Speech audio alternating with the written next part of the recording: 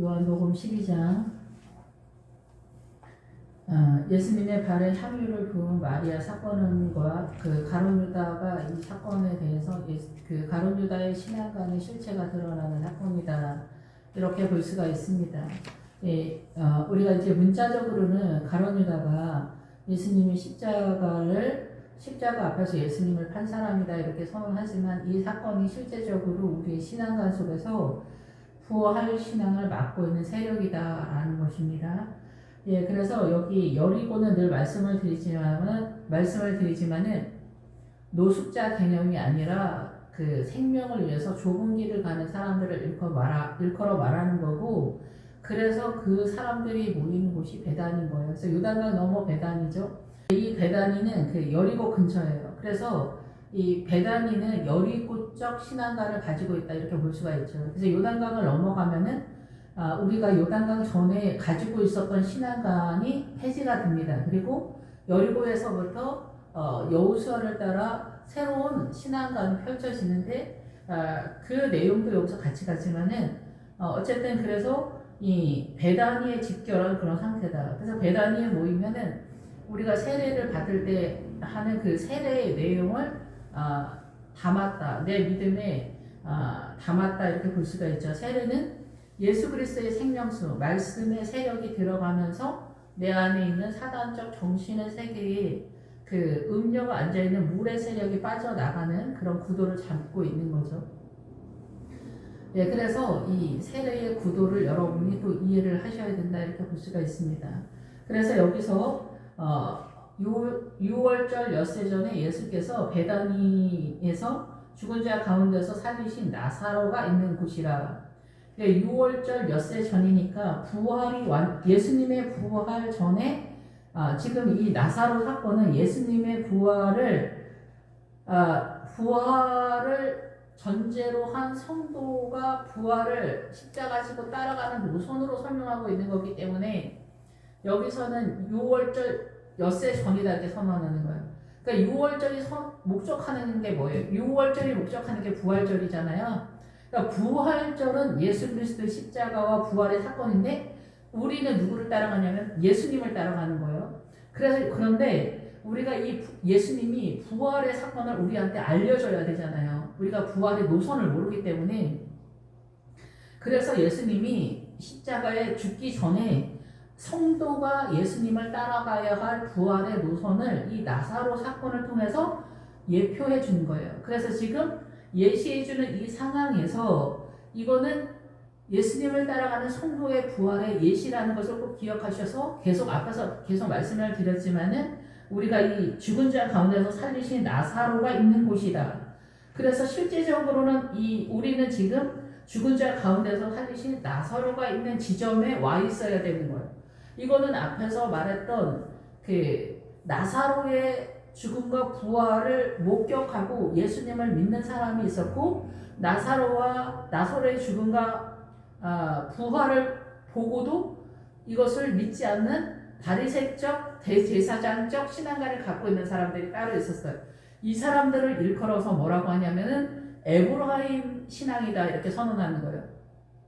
더 이상의 신앙을 보여줄 수 없다, 알려줘도 모르기 때문에. 그래서 여기서 앞에서 제가 에브라임에 대한 설명을 조금 덜 한 것 같아서 에브라임에 대한 이야기를 좀 하도록 하겠습니다.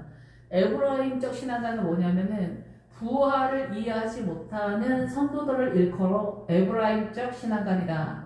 그러니까 에브라임은 어디 소속이냐면 구약의 소속이죠. 그러면은 우리가 구약은 율법주의 뭐 이런저런 얘기 많이 하지만 실상 법에서 크게 벗어나지 못한 상태라는 거예요. 지금 우리가 현재 예수님을 믿어도 부활신앙으로 빠지지 못한 상태, 우리가 예수님을 믿는데도 불구하고 부활 상태로 빠지지 못한 상태가 에브라임적 신앙관이에요. 왜냐하면 에브라임은 구약의 대표성을 띠고 있기 때문에 그렇습니다. 그러면 에브라임이 왜 문제냐? 에브라임 엄마가 나엘입니다. 근데 나엘이 어디서 죽었냐면은 베들레헴에 도착하기 바로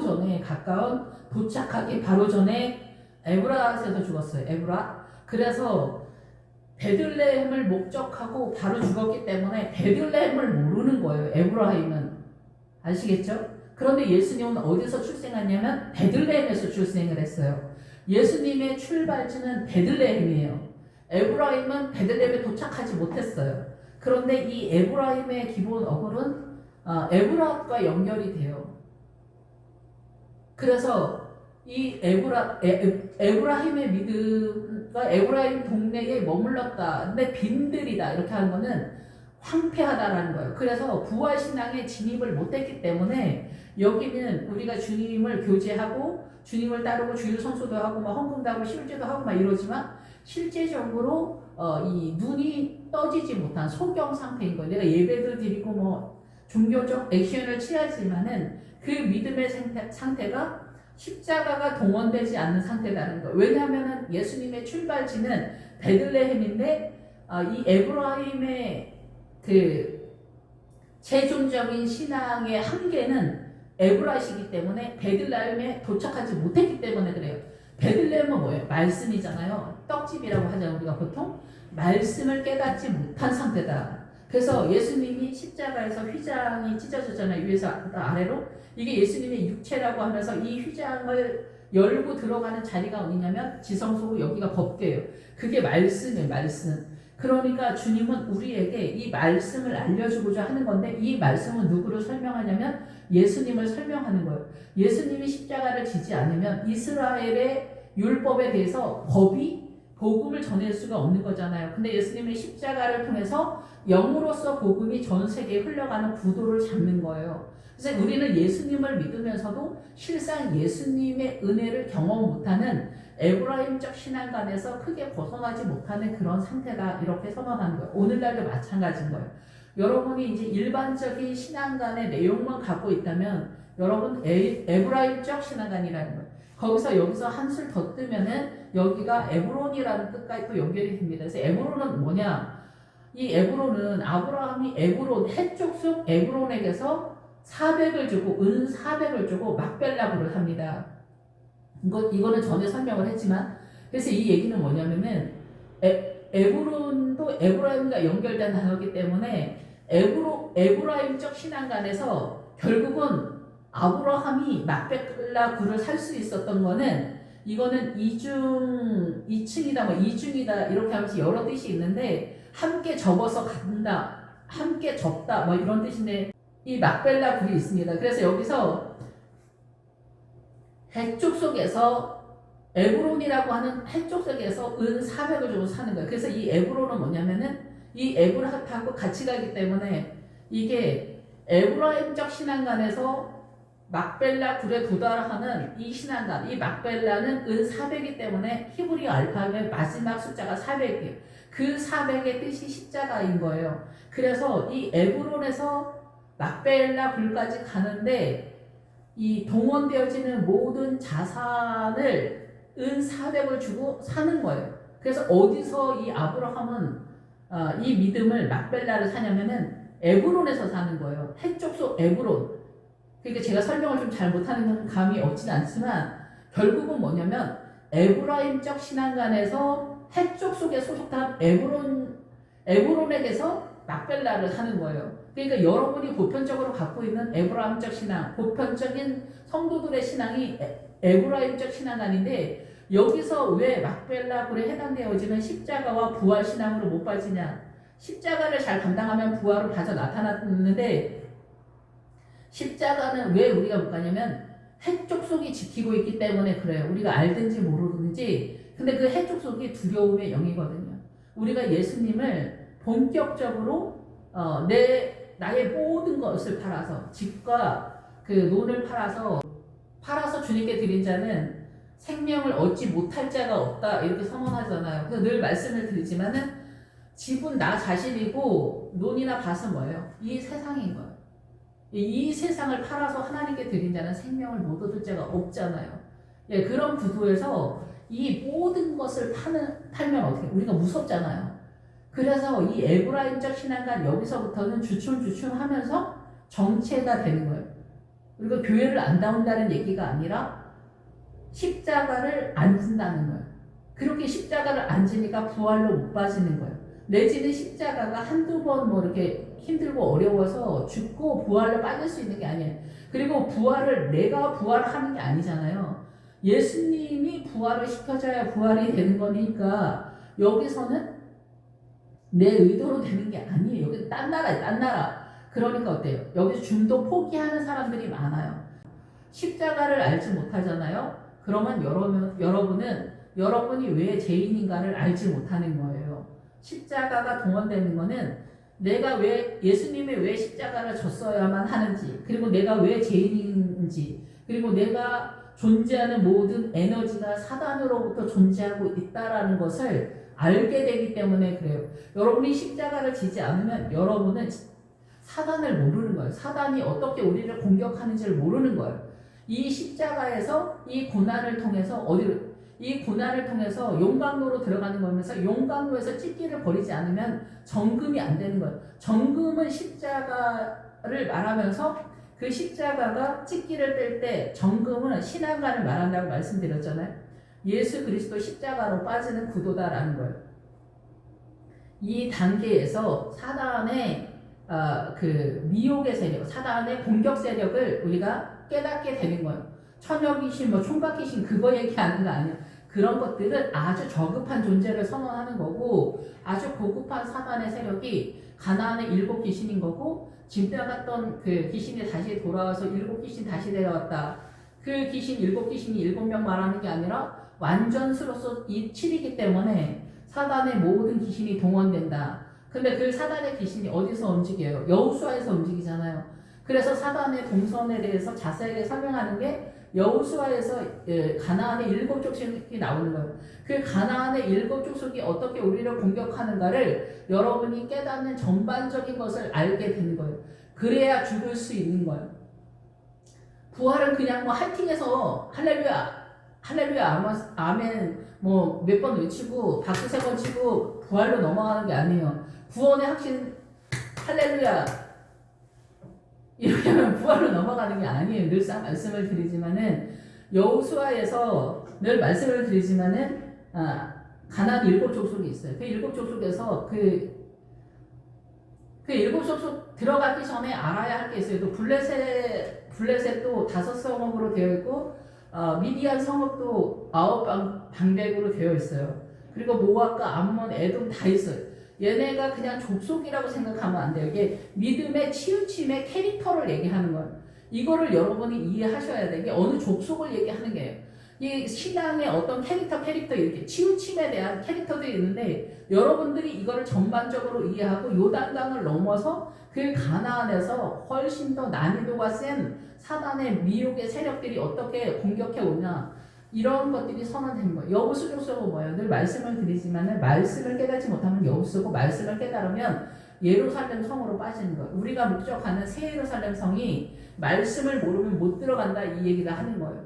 그리고 그리스도의 신분은 말씀을 따라가는 구도예요. 그래서 말씀을 따라가는데 이게 문자적으로는 하나님의 나라가 선언되지 않아요. 왜냐하면 문자적인 거는 우리의 이 사단 나라의 정서로 이해하는 게 문자이기 때문에 이 사단 나라의 문자로 선언되어지는 이 문자가 하나님의 나라로 어떻게 믿음의 법으로 전환되는가를 여러분이 이해를 해야 돼요. 그래야 하나님의 나라를 세우지. 그래서 우리가 여기서 그 마리아가 향유를 붓게 되면은 내가 지금까지 그 우물을 그 샘물을 소유해. 여기서도 샘물이 나드가 샘물이란 뜻이에요. 그러면 이 샘물은 이 부활 사건이 터지고 나서 터지는 게 아니에요. 그 전에 이미 이 샘물은 확보가 되어 있어요. 몇 개인지 그 정도의 차이만 있겠지만은 샘물은 확보가 돼서 샘물이 이게 우물 얘기하는 게 아니라는 걸 아시겠죠? 하나님의 나라의 생명수가 이게 터질 수 있는 샘물의 기능을 하는 어느 정도의 자산이 있을 때 그 샘물이 터지는 거예요. 그 수준에 이르게 되면은 이삭이 그래서 싸울 때 다툼할 때 신나 넓어질 때 그 믿음의 복음의 세력이 넓어지면 느우봇이라고 하잖아. 그런 세력들이 지점마다 올라가는 그 샘물이 있는 거예요. 근데 부활 전에는 이 성령님의 은혜서 이 샘물의 세력을 내가 갖고 있어도 부활의 세력으로 나타나질 못하는데 이 샘물이 부활이 나타나고 나서는 부활은 예수님이 자유케 하며 자유하게 된 그 부활의 세력이 나타나면은 이쪽으로 넘어갔을 때 똑같은 샘물에 확보되어진 것이 성령님의 은혜에 인해서 내가 소망했던 주님이 요구하는 그 샘물로 등장하게 돼요. 나타나게 된다는 얘기예요. 그래서 이 부활은 이 기점으로 해서 어떤 세력이 바뀌는 거예요. 힘의 세력이. 나의 존재가 사단의 에너지였다가 예수 그리스도의 에너지로 완전 바뀌는 게 부활인 건데, 그 전에 우리가 이렇게 하루하루의 삶 속에 쌓아온 자산이 있단 말이에요.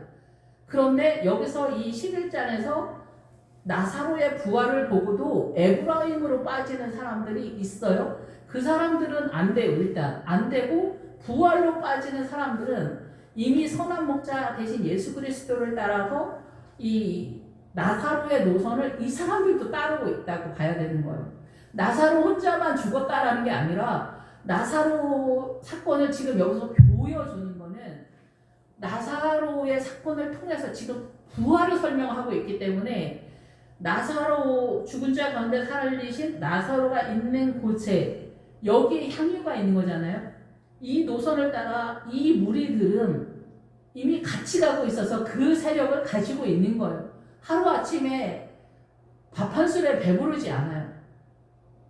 그래서 이 노선에 이미 진입해서 확보가 되어 있는 거예요. 그 전체적인 것을 이 마리아가 지극히 비싼 향유, 그 순전한 나드 한근, 지극히 비싼은 뭐냐면 이거는 형벌로 벌을 받다는 거예요. 값을 치른다는 거예요. 십자가로 값을 치렀어. 향유는 그 우리의 죄 문제를 베이스로 한 십자가 사건이죠. 쓴 것에 대한 모략이 등장하는 거예요. 우리의 죄로 인해서 등장한 십자가 사건. 그래서 형벌을 받게 되는 거예요. 예수님이 우리의 죄로 인해서 형벌을 받게 된 거를 지극히 비싼 향유라고 해요. 순전한 건 뭐냐면 이 전체적인 거에서 예수 그리스도의 진리 대신 예수 그리스도의 전체적인 것을 말하고, 나드는 샘물을 말해요. 그 한근을 가져다가, 그러니까 이게 전체적인 게 뭐예요? 예수 그리스도가 십자가를 통해서 진리로서 이 가장 샘물을 터뜨렸다. 그 진리의 영대신, 그 진리가 뭐예요? 말씀이잖아요. 그 말씀이 계시록에서는 두루마리라고 표현을 하거든요. 이 성경은. 여기에서는 우리가 로고스라고 보통 하잖아요. 근데 계시록에서는 두루마리라고 해요. 근데 똑같은 것 같지만 계시록에서는 두루마리가 성경 자체를 말하는 거고, 여기서는 말씀의 세계를 얘기한다 이렇게 볼 수가 있겠죠. 로고스로서는. 그런데 거기에서는 뜻이 뭐냐면 로고스를 설명하는 전반적인 성경의 말씀의 세계를 설명하는 거고, 두루마리에서는 이혼하다라는 뜻이 있어요. 그러니까 여러분이 성경을 모르면 이혼이 성립이 안 되는 거예요. 누구랑 이혼을 해야 돼? 사단이랑 먼저 이혼을 하고 예수 그리스도와 결혼을 하는 거예요. 우리는 신부로 부름을 받고 있기 때문에. 아시겠죠? 그래서 지금 이 마리아는 부활 전에 이미 자산을 확보하고 있는 거예요. 준비를 하고 있는 거예요. 근데 이것이 부활 전에는, 내가 죽기 전에는 이게 안 돼. 이게 하나님의 나라로서 내가 할 수 없어. 근데 우리는 지금 못나서 그렇지, 능력이 없어서 그렇지, 자기 관리를 못해서 그렇지, 모자라서 그렇지, 가난해서 그렇지, 이런데 아니에요. 이런 것들 속에서 하나님의 나라는 가난한 중에 믿음이 유산분배가 되는 구도를 잡고 있기 때문에, 어쨌든 여러분이 십자가 바로 부활 전 턱밑까지 왔으면은 이런 목이 졸려서 숨이 막히는 듯한 이런 기간을 오랫동안 경험을 하게 돼요. 그래서 진짜 항복한다. 이런 것들이 점차적으로 하면서 나가 자빠지는 상태가 되는 거예요. 그렇다고 해서 내가 부활을 내 자신이 일으키는 게 아니라 주님이 일으켜야 되는 거예요. 예수님의 부활은 아버지 하나님이 일으키시지만 우리의 부활은 예수님이 일으키시는 거기 때문에 우리는 예수님한테 정말 잘 보여야 돼요. 예, 그래서 여러분이 부활을 일어나는 게 아니에요. 우리 부활 한 채 하는 사람들이 있는데 아니에요. 죽은 채 한다고 해서 죽는 것도 아니에요. 여기 오면 전방위적으로 여러분의 믿음의 자산들이 꽤 나름대로 있는데도 불구하고 불가항력적으로 하나님의 나라가 나타나지 않아요. 어떤 일들을 뭐 못해서가 아니야. 내 안에 자유가 안 되는 거지. 생명의 자유가 안 돼. 이 세력은 제가 뭐 한두 마디로 설명할 수는 없지만 여기에 오면은 여러분들의 믿음과 상태에 따라서 주님께서 인도하실 것이다 이렇게 생각이 듭니다. 그래서 여기는 무슨 자리냐? 죽은 자 가운데서 살리신 나사로가 있는 곳이에요. 그러니까 마리아에게 와서 이 앞에서 뭐래요? 마리아에게 와서 예수께서 하신 일을 본 많은 유대인들이 그를 믿었다. 여기서 마리아는 설명하지 않겠습니다. 그러나 마리아에게 와야만 이 부활을 볼 수 있습니다. 마리아에게 와야만 부활을 볼 수 있습니다. 부활의 신앙을 끌고 가는 세력인데 그래서 십자가의 죽음은 그렇게 만만하지가 않습니다. 죽어 자빠져야 돼요. 죽어 자빠져. 그게 하루 이틀이 아니에요. 그래서 우리가 감당을 못하는 거예요. 특히 이 여자 남자 문제에 있어서 남자들은 십자가를 감당을 못합니다. 일단 기본적인 예시에서는. 그래서 마리아가 먼저 뛰는 거예요. 먼저 우선한다 이게요. 마리아가 우선해야 제자들이 그거를 바톤을 받아서 또 부활을 세우는 거예요. 생각보다 좀 복잡합니다 이게. 그런데 이거 일반 성도들이 뭐 아는 건 아닌데 어쨌든 그렇게까지만 아시면 될 것 같고 여기서 죽은 자 가운데서 살리신 나사로가 있는 지점이기 때문에 부활 신앙을 확보한 사람들을 얘기하는 거예요. 그래서 제가 앞에서도 말씀을 드렸지만 계시록에서 죽은 자의 수가 차기까지 복수를 유보하는 말씀이 나오잖아요. 인지한 중앙에서. 거기에서 나타나는 게 뭐냐면은 죽은 자의 수가 차기까지 저는 그거는 순교자를 말하는 게 아닙니다. 순교자는 개인의 영광이지만 부활은 하나님의 나라의 전체적인 영광이기 때문에 거기서 말씀하신 하나님의 의도는 부활의 신앙을 확보한 이 나사로, 죽은 자 가운데서 살아난 나사로의 세력들을 말하는 것이다 이렇게 생각합니다.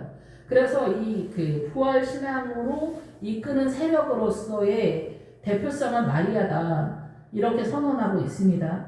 전반적인 거에서 거기서 예수를 위하여 잔치할세. 여러분 본격적인 잔치는 여기서부터 예수 그리스도의 혼인잔치가 나타나는 거고 그 전까지 우리가 부활신앙 전까지는 초대의 상황이다 이렇게 볼 수가 있고 부활신앙 전까지는 이방인이다까지도 나갈 수가 있습니다. 우리가 예수님을 믿는데 어떻게 이방인이야 이렇게 생각할 수 있지만 그런 차원에서는 이스라엘도 이방인인 거예요. 사실은 자기네는 절대 이방인이 아니라 이렇게 생각하고 지금 우리도 절대 이방인이 아니라고 생각하지만은 부활신앙으로 진입하지 않으면 누구나 다 이방인적 신앙관을 갖고 있다. 왜냐하면 사단적 마인드를 갖고 있기 때문에 그래요. 대한민국, 남자, 시대, 전라도, 경상도 여러분 이거에서 자유하십니까? 중국 사람, 일본 사람, 한국 사람 다 똑같은데 뭐가 틀려요? 늘 말씀드리지만 사고가 틀린 거예요. 그래서 여러분이 제가 이 부활신앙을 세게 말하지 말자 이렇게 개인적인 미혹이 좀 있었어요. 저 혼자 괜히 부담스러워서. 그런데 여러분이 이 부활신앙과 연합되거나 그 자리를 위해서 뛰지 않거나 그러면은 여러분은 에브라임에 갇히게 돼요. 그렇게 되면 어떻게 되냐면 이 세상의 사건 사고나 우리 집안에 무슨 큰 파도나 무슨 바람이 불거나 태풍이 치거나 자녀 문제, 남편 문제, 모든 문제에 있어서 여러분은 길을 못 찾아요. 아버지의 뜻이 뭔지 모른단 말이야. 그래서 음녀가 앉아있는 물은 백성과 무리와 열국과 방언이라고 계시록에 나와 있잖아요. 그래서 이게 모든 문화와 전통, 사상과 이념, 신념, 가치관이 음녀가 관장하는 영역이다 이거예요. 이 세상 사단이 관장하는 영역인데 여러분은 거기에 100% 장악되어 있다는 거예요. 근데 그거에서 말씀으로 어떻게 빠져나오는지 여러분이 모르시잖아요. 그래서 제가 늘 예로 들어서 민주당이 고집하는 사회주의를 따르면 이미 여러분은 미혹이 됐다는 거예요. 큰 개념에서. 그러면은 남존여비나 아니면은 뭐 이런 거에서 여러분이 그 부활의 신앙을 캐치했을까? 예상되어지기로는 전혀 아닌 거죠. 작은 것도 그렇지만 큰 것도 그렇지만 이게 가나안적 신앙관을 가졌을 때 깨뚫어와서 이 흐름이 보이는 거지. 여러분이 에브라임적 신앙관에서는 베들레헴에 도착하지 않았기 때문에 말씀을 깨닫지 못해서 알지 못하는 거예요. 그래서 늘 여러분이 말씀은 나는 그래도 나 말씀 얼마나 잘하는데 나 성경 100번 읽은 사람이야 이렇게 생각하실 수도 있을 거라고 예상이 됩니다. 그런데 제가 늘 말씀을 드리잖아요. 부자와 거지 나사로에서 부자는 목회자를 상징하고 거지 나사로는 천국을 가려고 구원을 얻으려고 제 문제 때문에 애가 타는 성도로 상징한다고. 근데 우리가 여기 문자적으로 보면은 구제로 빠진단 말이에요. 이 구제로 빠지는 노선을 여러분이 그런 식으로 이해를 하고 있다면 여러분은 성경을 모르는 에브라임이라는 얘기를 하는 거예요.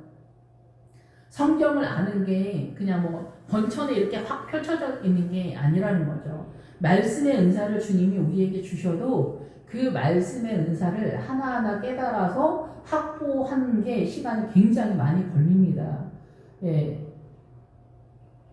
저만 그런지 모르겠지만 어쨌든 그래서 예수님의 혼인잔치는 본격적인 혼인잔치 이런 거예요. 계시록에서 뭐 천년 혼인잔치 이런 것들이 어느 타임에 들어간다 이런 거보다 이미 천년 혼인잔치, 예수님의 혼인잔치는 출발이 됐고 2000년 전서부터 우리를 부르고 있고 주님이 우리한테 목적하는 거는 이 부활신앙으로 들어와라 얘기를 하는 거예요. 그래야 예수님의 영으로서 움직일 수 있기 때문에 그런 거예요. 나도 성령님께서 역사하신 거 경험한 적 있어요. 근데 그건 띄엄이고 전체적인 베이스는 여러분의 사고가 사단적 마인드 속에서 흘러가고 있기 때문에 여러분이 상상하지 못하는 사단의 세계가 있답니다. 그것이 가나안의 7 족속이 얘기하는 거고 아모리 족속이 거기에서 7성은 7 왕으로 구성이 되어 있고 그 2성 2왕은 요단강 전에 포진되어 있어요. 그러면 그 2성 2 왕을 요단강 전에 그거를 잡아야 이 요단강을 넘어갈 수 있는 거예요. 요단강 전에 2성 2 왕이 뭐냐? 생각의 영역이라는 얘기고 부자가 되고 싶다라는 거예요. 그러면 여러분의 생각과 부자가 되고 싶다라는 그 여러분을 생각을 자극하고 있는 그 2개가 영이라는 생각을 못 하시잖아요. 그냥 내 생각이라고 생각하잖아요. 그런데 여기서 부자는 또 왜 그렇게 중요하냐? 부자의 기본 어근에 무슨 뜻이냐면 표라는 뜻이 있어요. 이 표 많이 들어보셨죠? 이 표 뭐냐? 우리가 흔한 말로 베리칩이라고 하는 그 표가 계시록에 나오잖아요. 계시록 13장에 나오잖아요. 근데 그 표가 욕심이라는 뜻이에요. 그래서 부자가 되고 싶다는 게 사단 나라의 가장 강력한 에너지를 발산하는 도구로서 사용되고 있기 때문에 그렇다는 거죠. 그것이 그 전에 전제적으로 이 사단의 욕심의 파워가 대지대에서 나타나게 되는 거예요. 우리가 얼마나 장악되고 있는가. 그래서 이런 모든 것들이 전반적으로 흘러가고 있다는 것을 여러분이 전반적으로 이해하는 데 시간이 많이 걸리는 거예요. 그래서 우리가 십자가 전에 죽는 거가 시간이 굉장히 많이 걸려요. 그리고 내 스스로가 무서워서 시도를 못 한단 말이에요. 우리가 아무 일이 없어도 늙어가는 것도 제가 이제 늙어가니까 무섭더라고요. 늙어가는 것도 무섭지, 병든 것도 무섭지, 돈 없는 것도 무섭지, 자식들도 무섭지, 젊어서는 남편이 무섭지. 공포라는 뜻의 남편이 있어요. 공포와 압박이라는 단어 속에 남편을 섬기는 뜻이 있어요. 여자들은 이해할 텐데 남자들은 잘 모를 수도 있어요. 그래서 무슬림이나 힌두교나 뭐 이런 데는 남자들이 말 그대로 문자적으로 왕이잖아. 그래서 남편이 그 공포의 대상인 거예요. 남편들은 남자들을 뭐 하늘같이 뭐 우러르고 존경해서 섬기나 이런데 이게 다 사단의 문화권 속에서 우리가 이해하고 있는 인식 체계인데 이게 하나님의 나라 쪽으로 어떻게 전환이 돼야 되냐. 요새 무슬림 아가씨 그 꼬맹이 여고생들이 데모하고 뭐 히잡 뭐 안 쓰겠다 막 이런데 그렇게 해가지고 뭐 그게 통하겠어요? 복음이 들어와야 이게 문제가 있구나라는 게 인식이 되면서 이걸 벗게 되는 거지.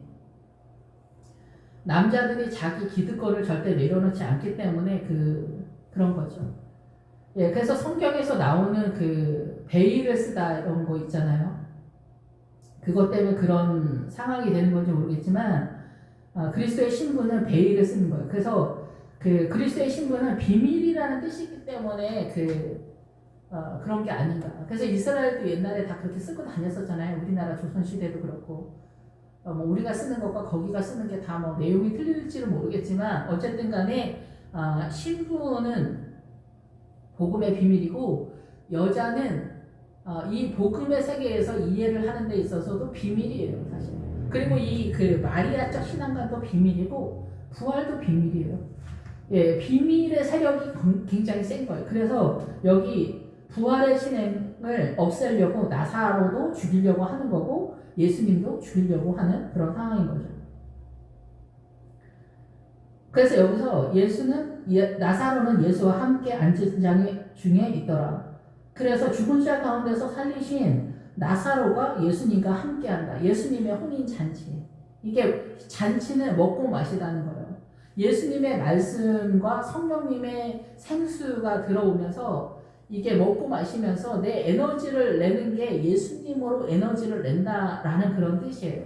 우리 세상은 뭐예요? 밥으로 먹잖아요. 그 밥과 우리가 먹는 그거는 사단으로서 에너지를 내고 있는 거예요. 그거를 어디서 깨느냐? 십자가의 그 죽음의 극한 단계에서 여러분이 깨닫게 될 거예요. 내가 이렇게 최선을 다하고 이렇게 노력을 하고 애쓰고 왔던 것이 나의 에너지였고 이것이 곧 사단과 연결되어져 있음을 깨닫게 돼요. 그래서 주님과 싸우는 사람은 나라는 것을 알게 되는 거예요. 그래서 십자가를 중간에 여러분이 포기하면 안 돼요.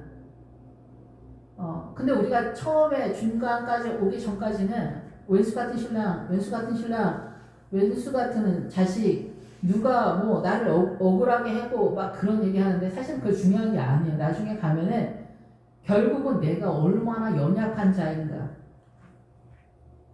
그리고 사단의 세력은 얼마나 강한가, 나는 얼마나 속수무책으로 아무런 힘이 없는가. 그래서 그 에너지를 죽이는 거예요. 그 에너지를. 단순히 고집을 죽이는 게 아니에요.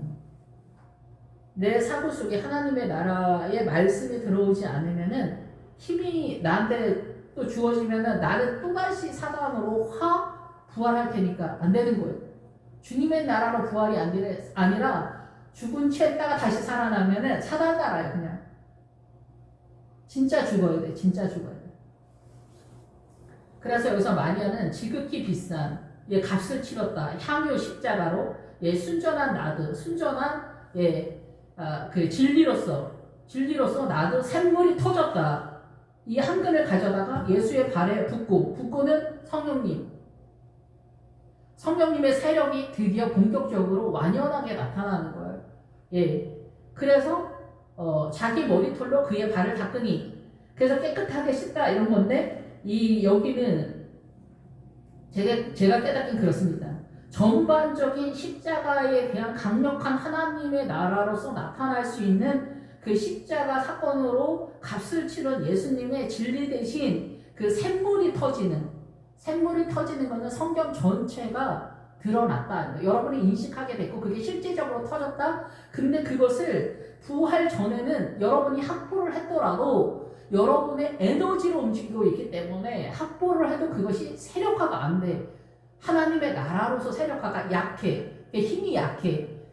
여기 오면 여러분이 알게 될 거예요. 그래서 여기서 이게 예수의 발에 붓고 했을 때 여기서 성령님, 그러니까 예수님이 부활로서 우리를 살려주시면은 아들이 자유케 하면 자유하게 되는 그 상태를 만나게 되면 성령님이 전체적으로 이 모든 것을 이제 나의 에너지가 아니라 주님의 에너지로서 새로운 법이 나타나게 돼요. 예수님의 법, 새로운 무덤이 나타나게 되는 것. 그래서 여기서 나의 이제 이 사고가 내가 지금까지 죽을 때까지 확보했던 전체적인 그 모든 것들이 성령님에 의해서 이제 예수님의 발을 씻고 예수님의 발이 나오면은 예수님에 따라서 믿음의 행보를 하는 그때 지금까지 안 됐잖아. 믿음의 행보를 하는데 내 머릿속에 아우성이었잖아. 날렸잖아. 그런데 지금부터는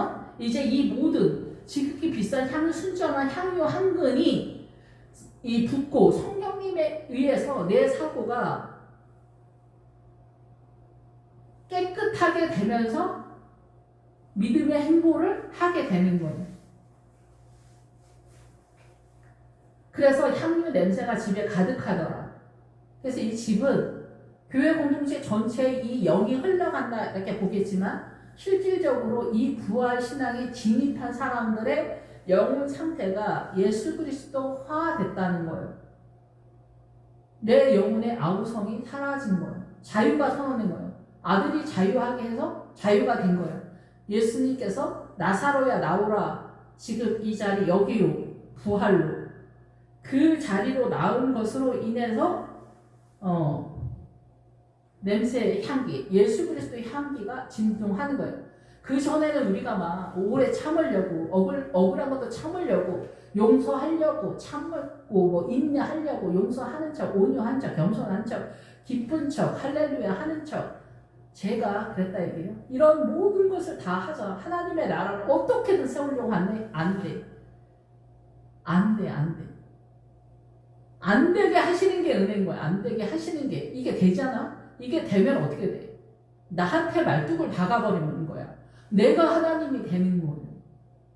그러면 부활로 못 나가는 거예요. 그러니까 지독한 환난과 십자가의 고통이 나로 하여금 나를 건조하게 해. 나를 메말라 죽게 해. 나를 말려 죽게 해. 그것으로써 주님께 나가는 거예요. 나는 없는 거예요. 그래서 말라 죽었으니까 나는. 그래서 하나하나 다 말라주는 거예요. 세포 하나하나가 다 말라주는 거예요. 그게 정신의 세계 속에서 음녀가 앉아있는 물의 세력이 그래서 중요한 거예요. 그 음녀가 앉아있는 물이 백성과 무리와 열국과 방언이다.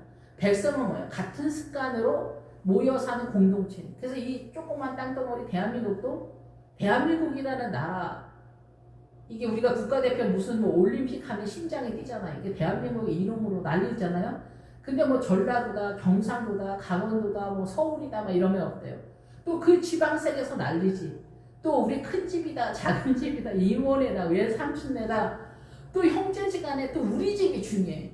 그래서 또 형제지간에도 큰 집이랑 작은 집이랑 뭐 외삼촌네랑 의를 뭐 이렇게 하거나 할아버지 할머니가 또 잘 사는 뭐 자식만 또 예뻐하죠 뻔히. 그렇게 하면은 그런 모든 것들이 다 갈리는 거야. 그리고 이제 공부 잘하는 자식, 똑똑한 딸, 뭐 이런 것들이 다 파가 나누는 거예요. 예, 우리가 파가 다 나눠져.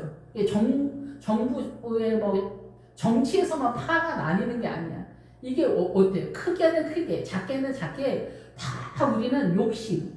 그래서 요단강을 넘어가려면은 이 생각의 영역과 부자가 되고 싶다는 그 영역을 일단 잡아야 되는 거예요. 근데 여기서 제대로 못 잡지. 근데 넘어가면 잡히게 되어 있어요. 근데 넘어가면 이거 다 내려놔야 된다는 두려움 때문에 우리가 못 넘어가는 거예요. 그래서 해쪽 속에 우리를 십자가에서 죽지 못하게 마크하고 있는 거예요. 십자가에서 못 죽게 하는 애들은 해쪽 속에 우리를 마크하고 있는 거예요. 에브라임 세력들이 어떻게 보면 그래요. 예수 그렇게 믿지 마. 적당히 믿어. 막 이러잖아요. 적당히 믿어. 예, 가족이랑 막 이렇게 다 그러잖아요. 부활을 마크하는 세력은 그럼 누구냐? 가룟 유다 신앙관이에요. 가룟 유다 신앙관이 가룟 유다가 어떻게 십자가 앞에서 부활을 막고 있나? 그거를 여기서 말하고 있는 거예요. 그래서 온 집안에 이제 부활의 세력이 됐는데 이것에 대해서 제자 중 하나가 사건은 여기서 전개되지만 사실 이 앞에서 십자가 예수님이 여기서는 유월절 엿새전이잖아요. 예수님이 유월절 엿새전이니까 우리가 부활하기 전에 이 가룟 유다 같은 사람들이 자기가 십자가를 해봤는데 안 된다. 부활로 그냥 뛰어넘자. 이렇게 하는 사람들이 있다는 거죠. 미혹되면 안 되는 거죠. 예, 그래서 근데 누가 부활을 갈 거냐? 부활을 가는 사람 때문에 이 죽은 자 가운데 살아난 나사로 때문에 그 주변 전체가 사는 거고 예, 흔들리지 않는 거예요. 근데 부활 신앙으로 안 가면 여러분은 여러분의 집안 개인 사건 아니면은 국가관이나 국제 정세 요즘 같은 글로벌 시대에 어떤 사건 사고 어떤 일이 터질 때마다 여러분은 계속해서 방황하게 될 거고 꿰뚫어 보지 못할 것이고 흔들릴 것이고 미혹이 될 것인 거예요. 예, 그래서 여기서 이제 이 향유를 어찌하여 300데나리온에 팔아 가난한 자들에게 주지 아니하였느냐 하니 이 여기까지 오면은 거의 뭐 믿음이 어마어마해진 상태인 거예요. 300데나리온 데나리온 얘기를 여기서 예, 어쨌든 이 향유 십자가 사건을 하지 않아도 이 가난한 자들에게 주지 않았느냐. 이거는 이제 우리가 이제 문자적으로는 딱 그런 구도예요. 그런데 이 상황은 뭐냐면 가난한 사람들에게 주다 하는데 세우다는 거를 얘기하는 거예요. 가난한 사람들에게 은사를 줘서 그 사람들이 희생하고 헌신하고 열심을 내서 헌금도 많이 하고 뭐 해서 자기가 열심을 내서 하나님의 나라를 세우게 해라. 이 얘기를 하는 거예요.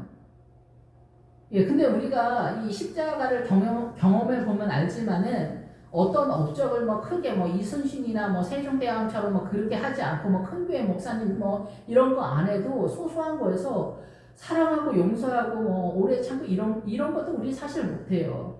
하는 척 할 뿐이지. 그리고 거기서 생명이 일어나나요? 나에게서 생명이 흘러가나요? 나에게서 생명이 흘러가지 않아요. 사망의 냄새만 날 뿐이지. 십자가의 고통과 환난 속에서 우리는 이 그 사단의 악취를 경험하게 돼요. 나 자신에게서. 예, 그런데 그거를 배제하면은 안 되는 거죠.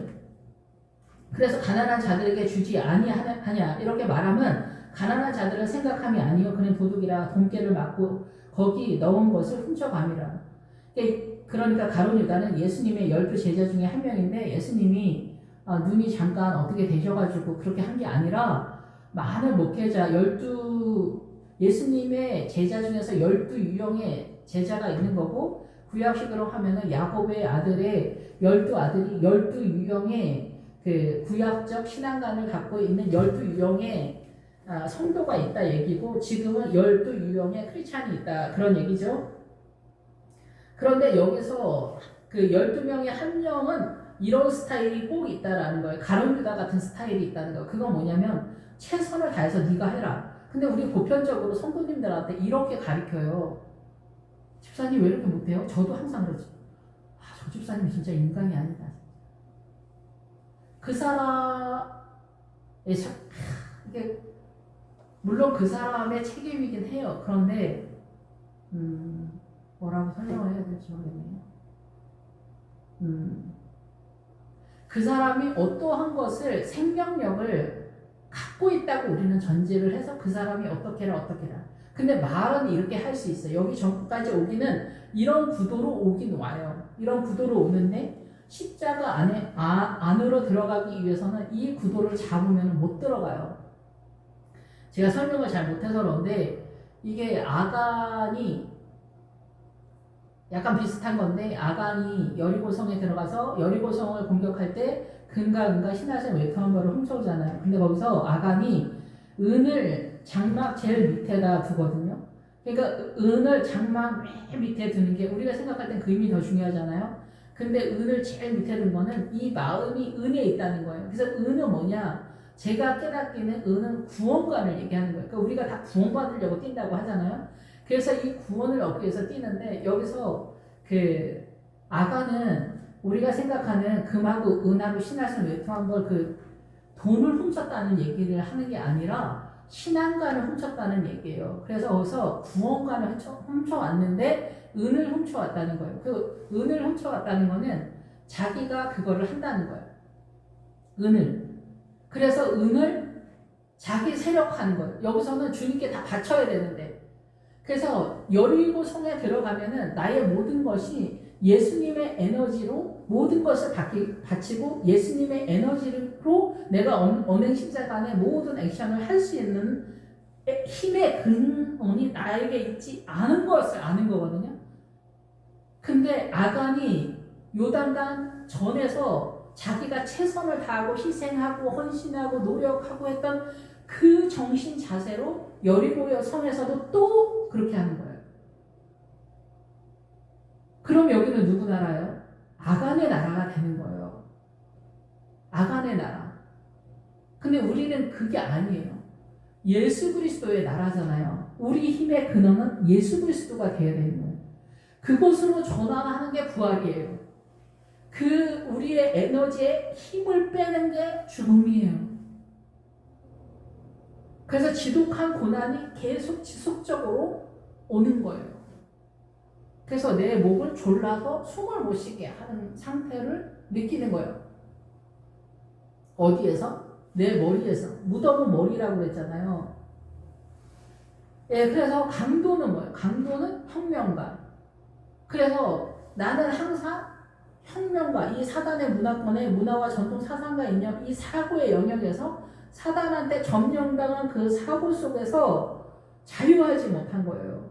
그럼 여기에서 또 느끼는 게 뭐냐면은 내가 이렇게 아우성인데 결국은 사람의 노력이나 이런 것 때문이 아니라 이게 영의 문제구나 라는 것을 깨닫게 되는 거예요.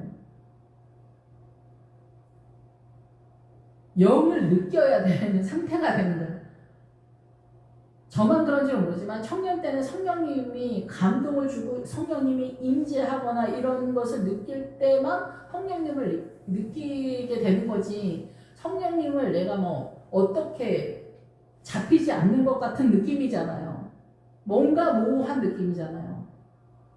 그런데 여기에서는 아니에요. 여기에서는 주의 영이 하는 거를 느껴야 돼요. 주의 영이 아니면 내가 할 수 없다는 걸 아는 거예요.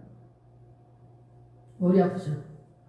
네, 그래서 여기서는 주의 영이 하는 것을 모르는 전 단계까지가 가룟 유다가 파이팅을 하면서 밀어주는 그런 한계라는 거예요. 그래서 가룟 유다는 부활 신앙을 막는 사람이다라는 거예요.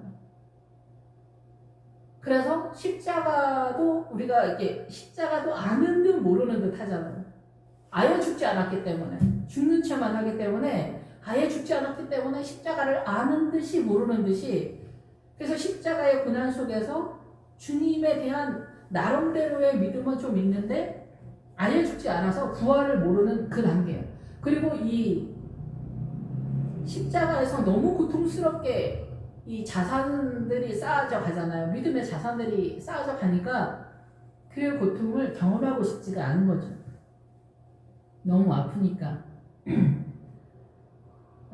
그래서 주님을 따라가는 사람은 가게 되는 거예요. 할 수 없지. 그래서 주님의 뜻을 따라. 그래서 동계는 뭐냐면은 이 사람이 그 구원간의 자산을 확보한 이 괴를 갖고 있다는 거예요. 여기까지. 여기에서 모압과 암몬이 누구의 후손이에요? 롯의 후손이잖아요. 소돔과 고모라를 나오는 신앙이란 말이에요.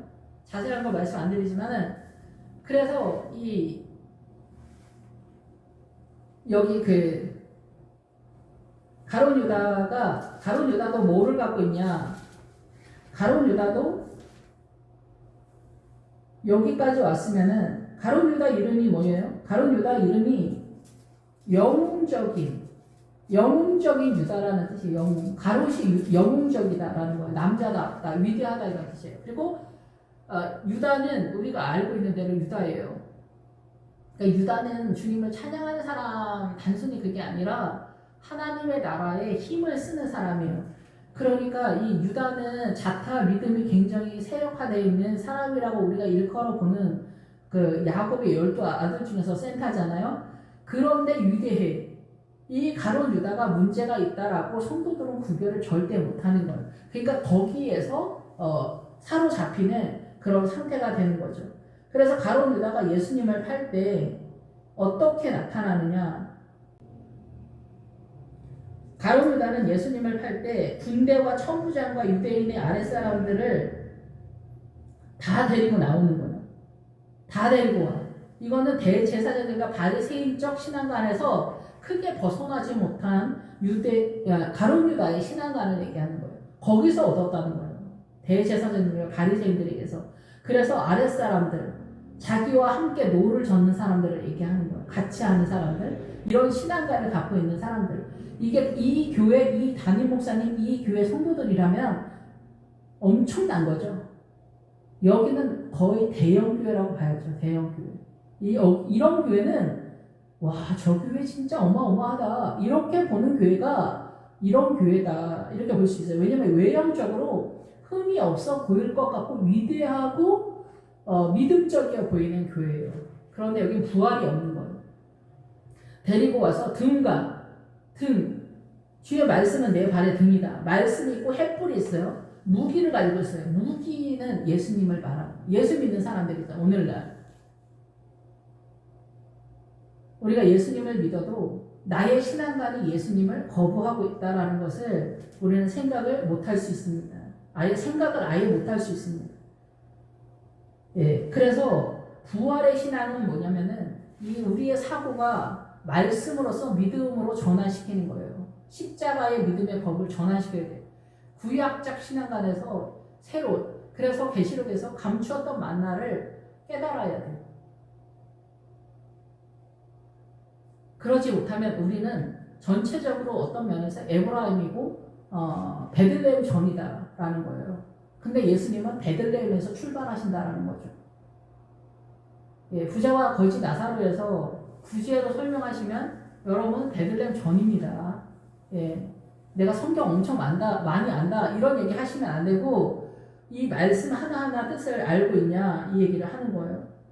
예, 그래서 이 구원관에 있어서 이 사람이 구원의 길을 잘 알고 있는 것처럼 이끌고 있는데 결국은 이 사람은 십자가의 부활을 막고 있는 세력이다라는 거죠. 예, 그래서 나중에는 어떻게 해요? 사도행전 1장에서 가룟 유다가 몸이 곤두박질 쳐서 배가 터져서 창자가 다 쏟아져 나왔다. 이게 뭐예요? 한꺼번에 이 부활 신앙을 갖고 있는 자들에게는 이 사람의 실체가 들통이 나는 거예요. 그래서 배가 터져서 어떻게 해요? 창자가 다 나왔다. 이 사람의 속이 드러났다는 거죠.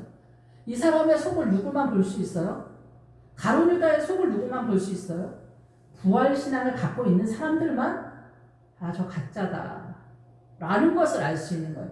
부활 신앙을 갖고 있지 못한 사람은 어떻게 됩니까? 와, 위대하신 우리 목사님 진짜 대단하다 이렇게 생각을 하는 거예요. 예, 음녀가 앉아있는 물의 세력, 가나안적 신앙관을 여러분이 확보하지 못하잖아요. 그러면 여러분의 사고는 이 사단적 문화의 옳고 그름이 사단의 눈으로 보기 때문에 사단이 적그리스도 행동을 적그리스도라고 하는데 그리스도 흉내내기를 하면은 사단을 그리스도라고 생각하면서 따라가고 있다는 거예요. 예수 그리스도는 잘 모르니까. 왜냐하면 예수 그리스도의 십자가와 부활은 우리에게 두려움으로 사단이 마크하고 있어요. 십자가는 못지게 해촉속이 마크하고 있고 부활 신앙은 가룟 유다가 마크하고 있는 거예요. 여기를 넘어가려면은 우리 정신으로 넘어가지를 못하는 거예요. 그래서 마르다 마리아도 부활 신앙이 어떻게 흘러가지는지 모르기 때문에 예수님이 나사로를 통해서 예표를 하는 거예요. 너희들 제발 헷갈리지 말고 잘 따라와. 부활로 와. 그래서 이 수가 차기까지 기다리는 거예요. 부활신앙. 순교자가 아닙니다. 제가 깨닫긴 그렇습니다. 순교자는 개인의 영광인데 부활은 뭐예요? 하나님의 나라의 전반적인 영광이 예수 그리스도의 생수가 흘러가는 어마어마한 세력이 되기 때문에 그런 거예요. 이게 주님이 목적하는 십자가의 의도다라고 볼 수가 있습니다. 그래서 예수께서 이르시되 그를 가만두어라. 나의 장래할 나를 위하여 그것을 간직하게 하라. 십자가를 간직하는 거예요. 십자가를 잘 지면은 예수님이 부활로 빼주실 거예요. 우리가 살아나는 게 절대 아니라 주님이 우리를 살려주시는 거예요. 그래서 영으로서 움직이는 거예요. 사실은 그 영으로서 움직이는 거를 십자가 전에 사단이 우리를 어떻게 공격하는가를 여러분이 십자가 전에 깨닫게 되는 거예요. 그래서 마리아를 따라가야 되는 거예요. 마리아를 따라가지 않으면은 마리아에게서 와서 나사로를 보는 거기 때문에 그런 거예요. 가난한 자들은 항상 너희와 함께 있지 있거니와 나는 항상 있지 않는다. 이 가난한 사람들은 항상 너희와 함께 있다는 건 뭐예요? 가난한 사람은 어느 시대나 있다는 얘기를 하는 게 아니라 이 베다니 사람들을 얘기하는 거예요. 생명을 위해서 좁은 길을 가고 있는 사람들은 항상 있을 터인데 그 좁은 길을 가는 그 사람들에게 이 가룟 유다 같은 사람이 항상 나타날 거다. 부활을 막을 거다. 십자가를 제대로 지고 가더라도 가룟 유다 같은 사람이 나타나서 너희들의 부활을 막거든 그때 정신 차리라는 얘기를 하는 거예요. 제대로 조금만 더 가자. 베다니에서 예루살렘이 가깝다라고 주님 말씀하시잖아요. 예루살렘은 부활 신앙의 일반화라고 볼 수가 있습니다. 우리가 최종적으로 가야 할 새 예루살렘 성이 예루살렘 성이잖아요. 예수 그리스도의 이름으로만 들어갈 수 있는 예수 그리스도의 믿음으로 전환시킨 그 믿음의 내용으로만 들어갈 수 있는 곳이 새 예루살렘 성이에요. 구약적 사람들 신학교에서 우리 유럽 쪽으로 유학 갔다 오신 신대 교수님들 좀 이상한 소리 많이 하시는데 이스라엘이랑 우리랑 어쩌고저쩌고 똑같다 결국 그런 식으로 어쩌고 이렇게 논리를 펴시는데 아닙니다. 이스라엘은 기본적으로 뭐예요? 새 예루살렘에서 성벽의 신앙을 맡았다. 성벽은 뭐예요? 싹이 나는 성벽 신앙을 얘기하는 거예요. 기본 틀을 말하는 거예요. 싹이 나게 하다. 전체적으로. 그 베이스를 까는 거예요. 전체적으로 싹이 나게 하는 베이스를 까는 거예요. 그리고 예수님의 이름으로 들어가는 데가 새 예루살렘 성입니다. 지금 이스라엘 사람들도 예수님의 이름으로 들어가는 거예요. 그래서 새로운 피조물, 그 세자가 엄청 중요합니다. 그 새로운 피조물은 예수님에 의해서 새롭게 믿음의 법으로 전환돼서 그 내용물을 우리의 사고로 들어와 있는 그런 상태에 전개된 그런 사람들을 일컬어 말하는 거예요. 그래서 십자가의 죽음은 뭐냐면은 전체적으로 어떻게 문제가 있는가를 전반적으로 깨닫는 얘기를 하는 거예요. 그래서 가나안의 7족속 중에서 아모리 족속이 선두에서 뛰고 센터를 맡는다고 볼 수가 있습니다. 근데 그 아모리 족속이 늘 말씀을 드리지만 아모리 족속도 예루살렘을 쓰는 거예요. 그리고 공의를 써요. 여러분 제비랑 꽃뱀 아줌마가 얼마나 입에 혀같이 굽니까? 근데 그 사람들이 왜 그래요?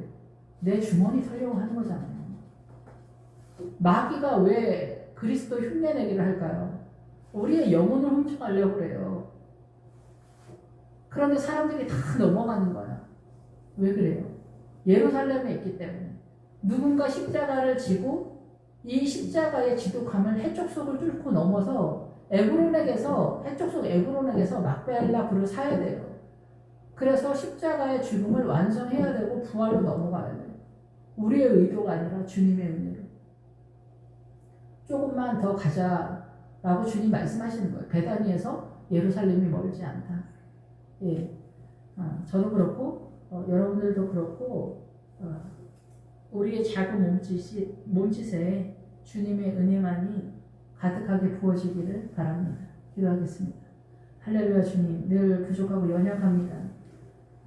뒤돌아보면은 우리가 그렇게 길을 쓰고 애쓰고 수고하고 노력했다고 생각했던 것들이 아무것도 아니고 바람에 나는 겨와 같았던 것들이 얼마나 많은지 알 수 없습니다. 주님, 우리는 얼마나 악한 존재인지 알지 못합니다. 주님, 우리를 불쌍히 여겨 주시옵소서.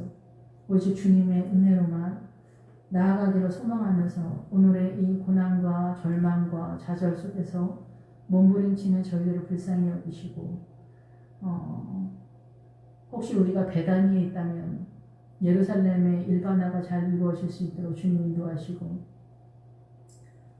주님께 간절히 바라옵기는 지극히 귀한 순전한 향유와 나드를 주님 저희에게 허락하여 주셔서 오직 예수님의 십자가로 진리로 가득한 샘물이 터지는 그 은혜가 성령님의 은혜로 예수님의 발을 씻는 저희를 될 수 있도록 주님 축복하여 주시고 이 노정에서 혹시나 가룟 유다의 미혹에 빠지는 성도들이 없도록 주님 축복하여 주시옵소서. 주님 저희들을 불쌍히 여겨 주시옵소서. 예수님의 이름으로 기도했습니다. 아멘.